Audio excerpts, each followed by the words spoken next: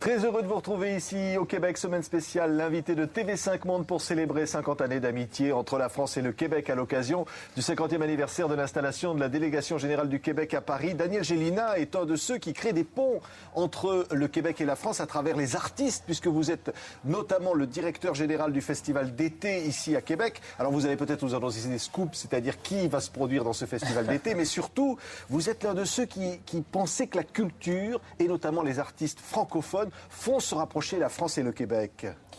Je pense que c'était un des premiers liens historiquement, depuis les années 50. Ce qui a créé les liens entre la France et le Québec, c'est beaucoup les artistes, effectivement. Le Festival d'été de Québec, qui va être à sa 44e édition l'an prochain, a basé énormément de sa programmation autour de la francophonie, évidemment la francophonie de l'Afrique, mais aussi beaucoup de la France et du Québec.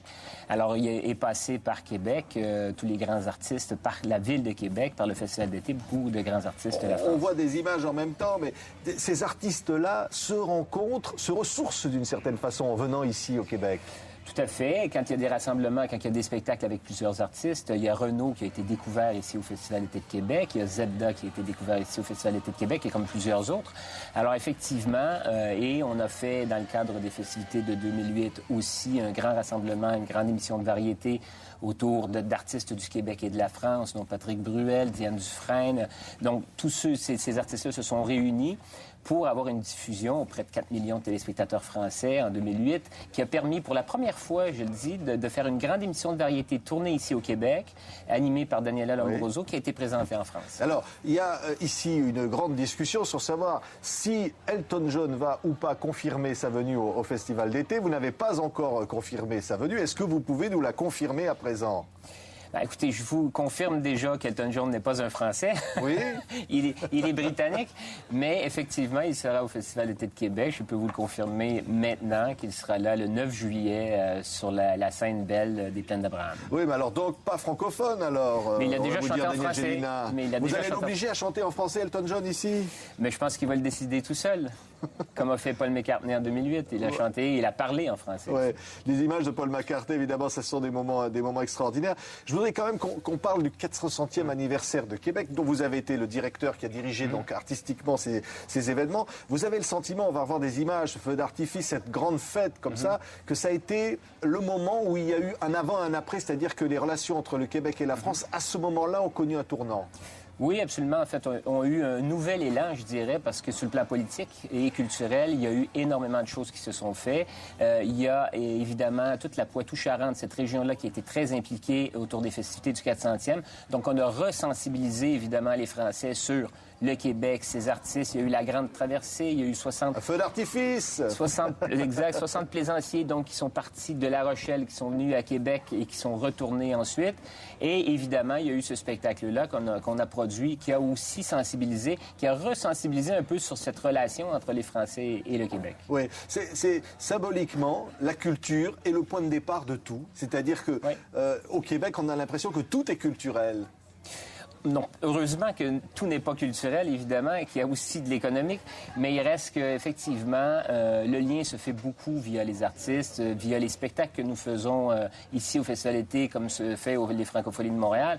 Je pense que ce lien, il y a beaucoup de chanteurs du Québec, d'ailleurs, qui sont en France et qui font carrière. En France, le marché est beaucoup plus grand. Ça fait plaisir, ici, au Québec, lorsque des chanteurs ou des chanteuses québécoises deviennent très célèbres en France. Bien sûr, c'est un élément de fierté pour les Québécois de savoir que des artistes d'ici font carrière et ont du succès à l'extérieur du pays.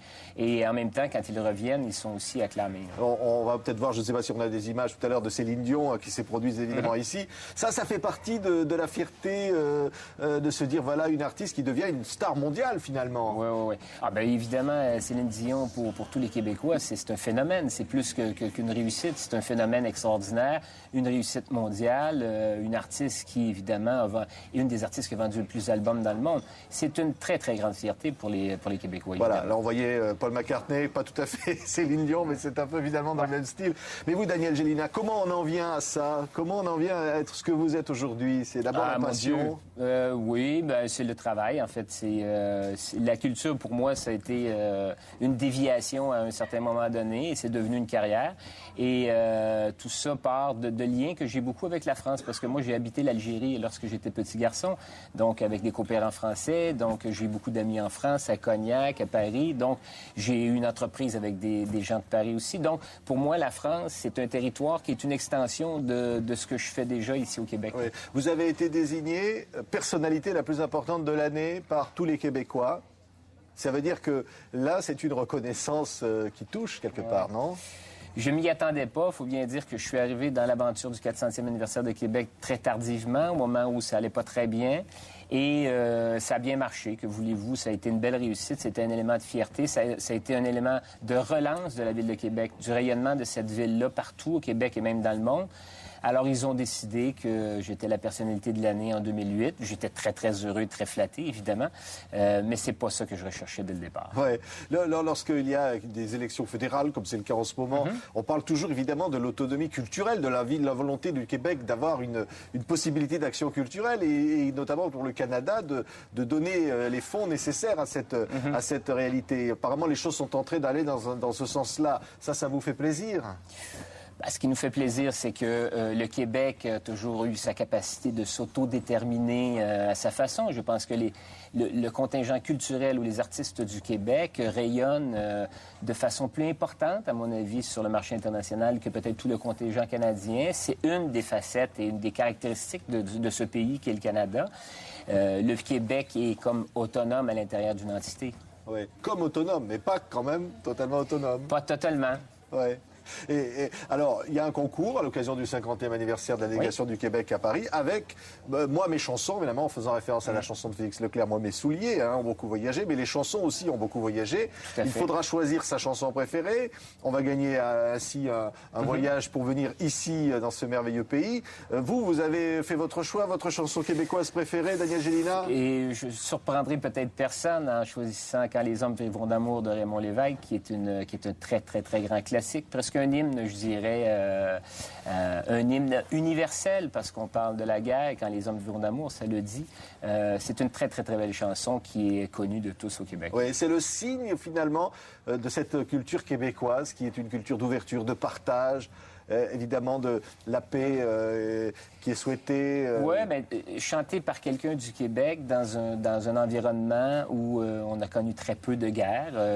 Depuis ces 400 ans, à part avec les Britanniques, le Québec est une terre tranquille qui n'a jamais connu la guerre, la famine, évidemment la pauvreté, mais rien de très, très, très grave. Ce qui fait qu'on devient des ambassadeurs, mais je dirais par le hasard des choses. On est très chanceux de ça. Merci, Daniel Gélina. On voulait vraiment vous saluer parce que vous faites vraiment ici, on le sait, on s'en rend compte au présent, des choses exceptionnelles pour la culture de ce pays. Et demain, le dernier invité de cette semaine spéciale ici, nous irons à nouveau à Montréal pour rencontrer Robert Charlebois. Et comme il dit dans sa chanson, je reviendrai à Montréal. Merci, Daniel Gélina, d'avoir été notre invité ici à Radio-Canada avec le soutien de TV5 Québec Canada. À demain donc à tous. Merci.